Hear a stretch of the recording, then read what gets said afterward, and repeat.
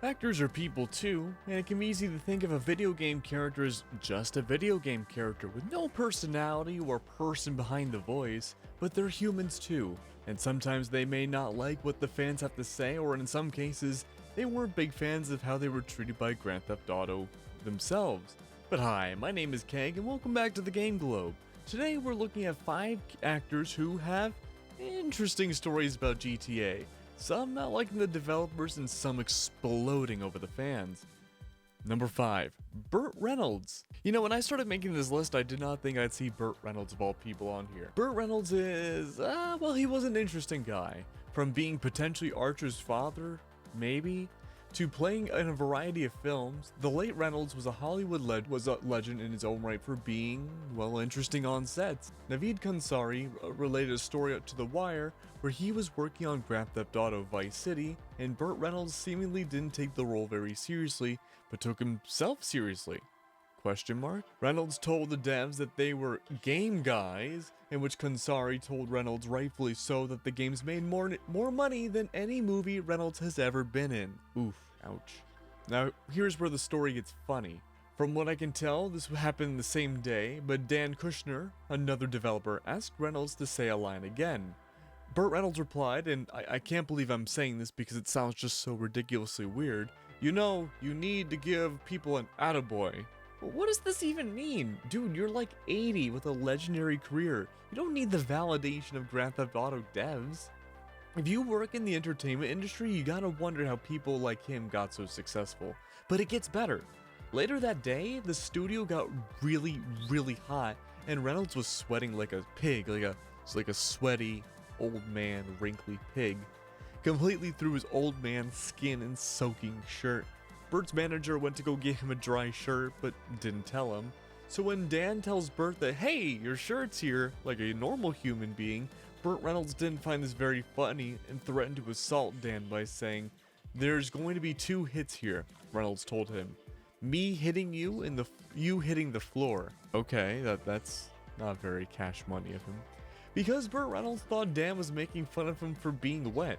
Dude, you're Burt Reynolds. Who cares? You're Burt Reynolds.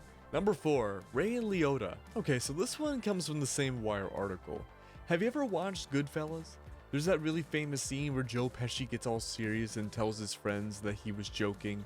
It says a lot about his character and his unpredictability and not being stable, and it also shows the power dynamic that Joe Pesci's character has. Well, anyways, the devs were at a dinner with Ray Liotta, who is not Joe Pesci and is the main character of Goodfellas, and he pulls the same shtick on the devs. It's funny, haha. But when it comes to recording, Ray was a little bit not nicer, saying, "The last f***ing game I played was Pong." Ho ho ho, you got us, Mr. Liotta. Kansari, again, wasn't putting up with it and just yelled at Ray Liotta, and he did his lines and all was fine. Number 3, Ned Luke. Ned Luke is an interesting guy, not that I met him or anything, but he seems decently cool. But he's not a fan of those clickbait YouTubers. Oh no. Oh no. Like Boss Man the World. I'm sorry, Mr. Boss for the win. He got it wrong. A lot of people were asking Ned all about the GTA 6 content or leaks or anything. Is Ned involved? Well, maybe.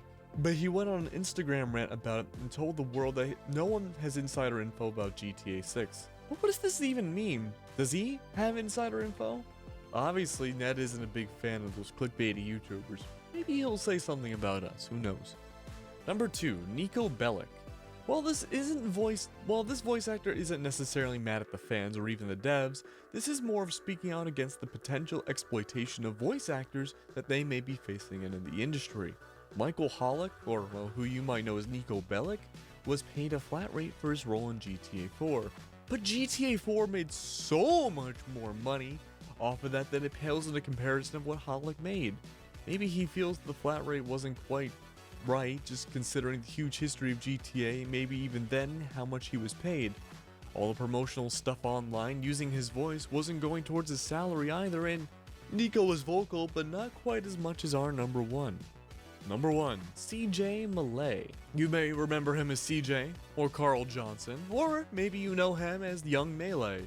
But Chris Bellard played the iconic role way back in San Andreas, and well, he doesn't like Rockstar. In a series of tweets that I'll be putting on the screen, Bellier describes a similar situation as Nico Bellic's voice actor, as they both feel severely undercompensated for their roles in games that quite literally has made billions of dollars for Rockstar.